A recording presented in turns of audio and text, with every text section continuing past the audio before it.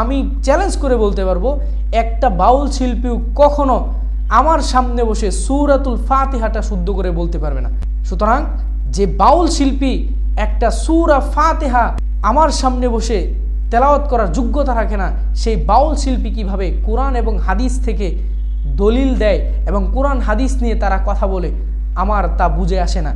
আমি বলবো, যদি এই ধরনের নোংরামি বন্ধ না করো তাহলে আমার দেশের মুসলমান পরবর্তীতে কখনো সেটা সহ্য করবে না। প্রয়োজনে বাউলদের বিরুদ্ধে একটা লং মার্চ হবে। আসসালামু আলাইকুম ওয়া রাহমাতুল্লাহি ওয়া বারাকাতুহু। দেখুন তারা কি বলে। আবুল ভাইয়ের মুখে ইদানিং দাড়ি, আমার আবার নাই। রাসূল করিম সাল্লাল্লাহু আলাইহি সাল্লাম বলছে একটা দাড়িতে 70 জন ফেরেশতা থাকে।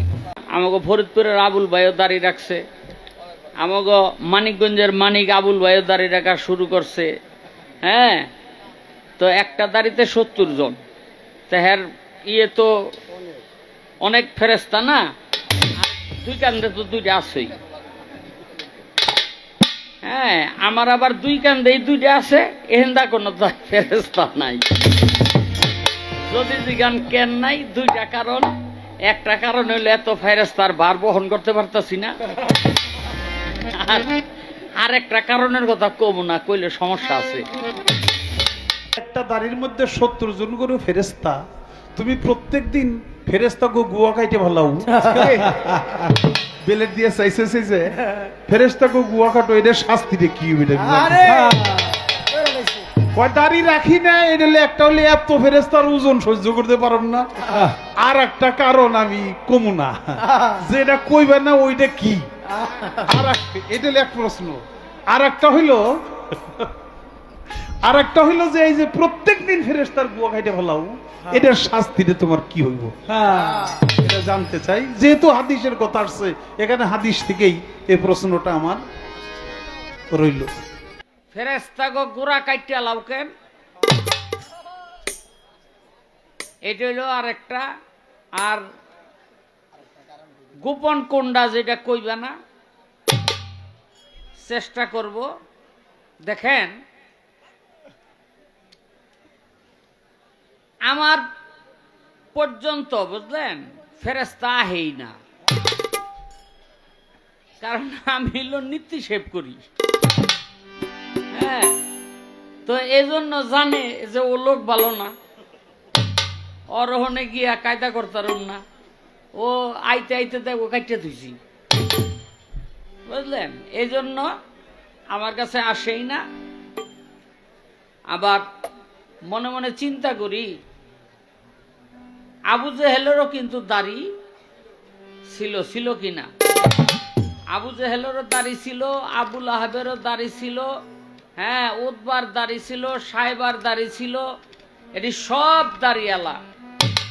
এখন তাহলে দাড়ির মধ্যে এমন কিছু নাই যে দাড়ি থাকলেই আমি জান্নাতে যাব। যদি দাড়ি থাকলেই জান্নাতে যাইতো, তো আবু জেহেলই যাইতো, উতবা যাইতো, সাহেবা যাইতো। কি ফেরাউনেরও তো দাঁড়িয়ে ছিল, নমরুদের দাঁড়িয়ে ছিল, যদি ওরা বিপদে পড়ে রাখছে দাড়ি, কারণ তখন তো বেলেট কেসে আসিল না, বুঝলেন? খুরমুর আসিল না, এই জন্য রাখছে আর কি। তো যাই হোক, দাড়ির কোনো বিষয় না। হিন্দুরও দাড়ি থাকে, খ্রিস্টানের দাড়ি থাকে, তো এই দাড়ির কোনো বিষয় না। হ্যাঁ, বিষয় হইল আমলের, বিষয় হইল কর্মের। আমল যার ভালো, তার সব ভালো। তো এই যে একটা বিষয় আপনারা দেখলেন যে বাউলদের কি ধরনের আকীদা এবং বাউলদের কথাবার্তার কি ধরনের সিস্টেম।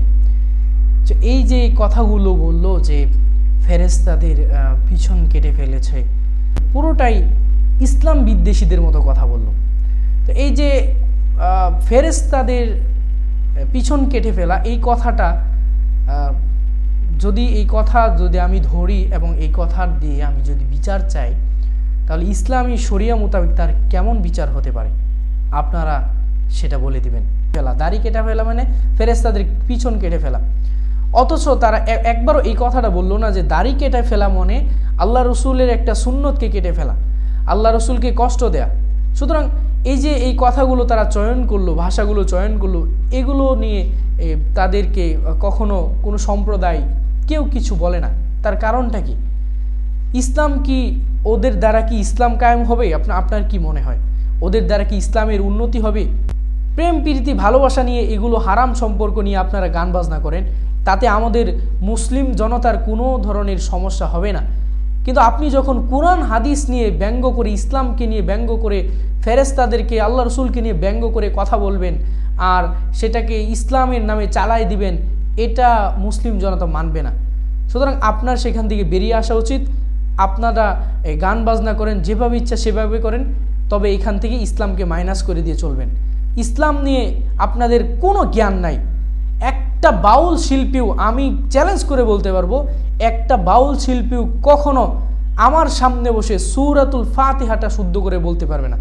সুতরাং যে বাউল শিল্পী একটা সূরা ফাতিহা আমার সামনে বসে তেলাওয়াত করার যোগ্যতা রাখে না, সেই বাউল শিল্পী কিভাবে কোরআন এবং হাদিস থেকে দলিল দেয় এবং কোরআন হাদিস নিয়ে তারা কথা বলে, আমার তা বুঝে আসে না। আমি বলবো, যদি এই ধরনের নোংরামি বন্ধ না করো, তাহলে আমার দেশের মুসলমান পরবর্তীতে কখনো সেটা সহ্য করবে না। প্রয়োজনে বাউলদের বিরুদ্ধে একটা লং মার্চ হবে।